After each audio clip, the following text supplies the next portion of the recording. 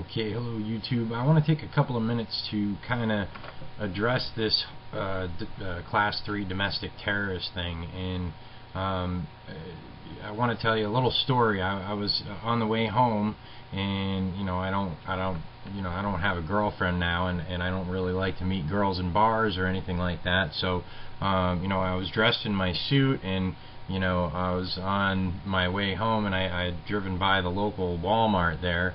Up here in the Reedsburg area in Reedsburg, Wisconsin, and I decided to go in because I was dressed all right, and I said maybe I'll see a few girls that I might want to ask them for their phone number. So anyway, I go in there, and I asked one, and here's a good line for the guys. It works pretty good for me if you want to check it out.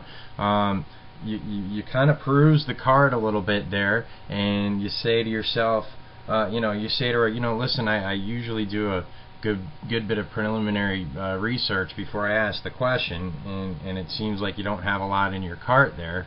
So I was just kind of wondering if you were single, because I'd like to call you, and my name is Christian, and that's pretty much what I do, and it seems to work pretty well. And I get, oh no I'm not, or no I'm not, and that's it. And all you have to do is just get that one line out, and then bam, you're going to get your answer. But if you don't walk up and ask, then you're not going to get an answer. So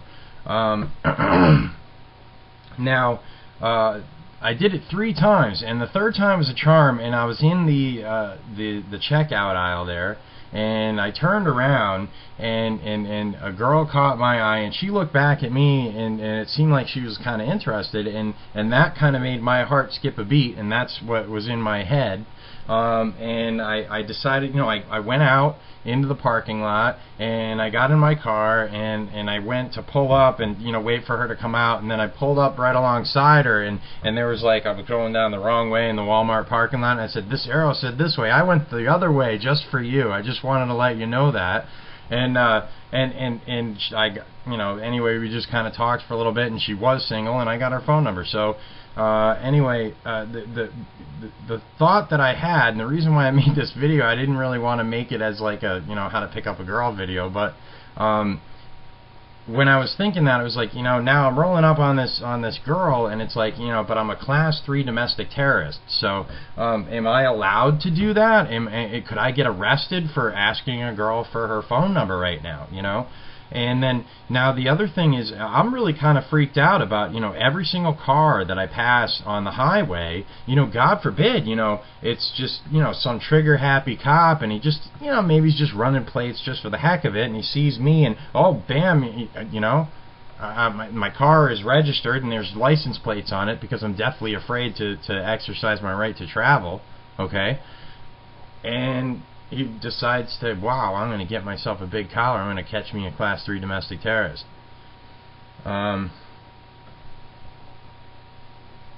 We live in a society where some people think that other people are second-class citizens. In the hearing today, I had read the statement from Diak Kamal, and maybe if I can locate that real quick, maybe I will actually.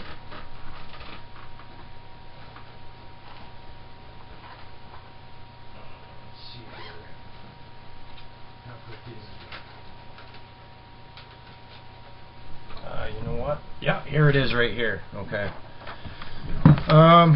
Here's Diak Kamal's qualifications as far as backing me up in what he's seen so far. Now, full disclosure, I did pay these guys to have an investigator, come out here and do the research, and that sort of thing. But this guy is trained, and here's his just a few of his qualifications.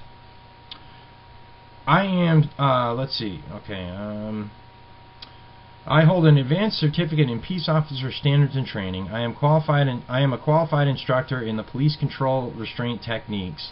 I have been qualified as an expert in police practices in both federal court and and California state courts, especially with regard to use of force, report writing, and officer misconduct.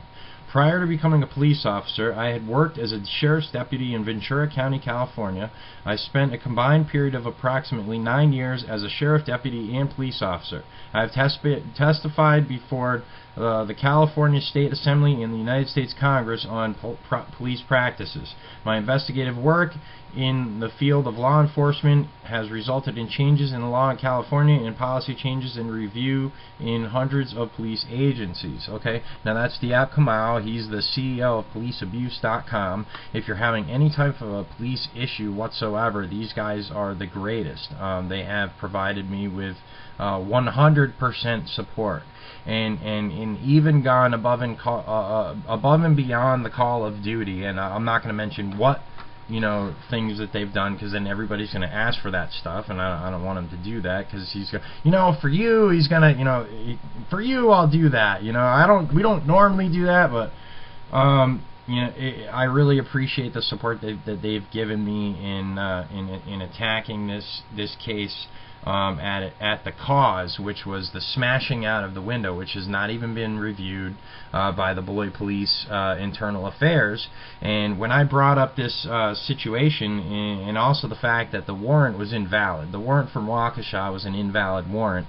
It was basically, whether it was for my person or whether it was for me, the warrant for the person, okay, was invalid as of the 20th of the 20th of March. Okay, so as of the 20th of March, by Wisconsin statutes, it was issued on March 15th. It was then invalid as of the 20th of March. The infractions happened on the 5th or the 7th when I sent an email and then called her. And there was no restraining order in effect at that time. And then the injunction went in, which I didn't even show up at, because I don't like these people. But anyway, I did not show up there, and then it went in on April 12th. So there was no restraining order in effect at that time, which makes that an invalid warrant.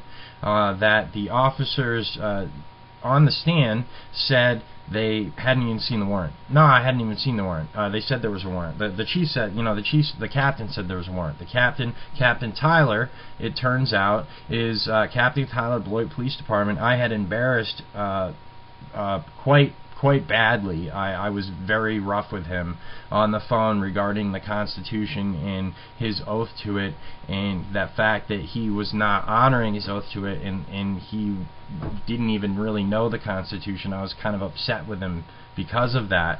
And when I get upset with a public servant over their lack of knowledge of the Constitution, it's more of a parent saying, look, you've done a bad thing. You're a bad public servant. You're a bad public servant. Now go to the corner and read the Constitution.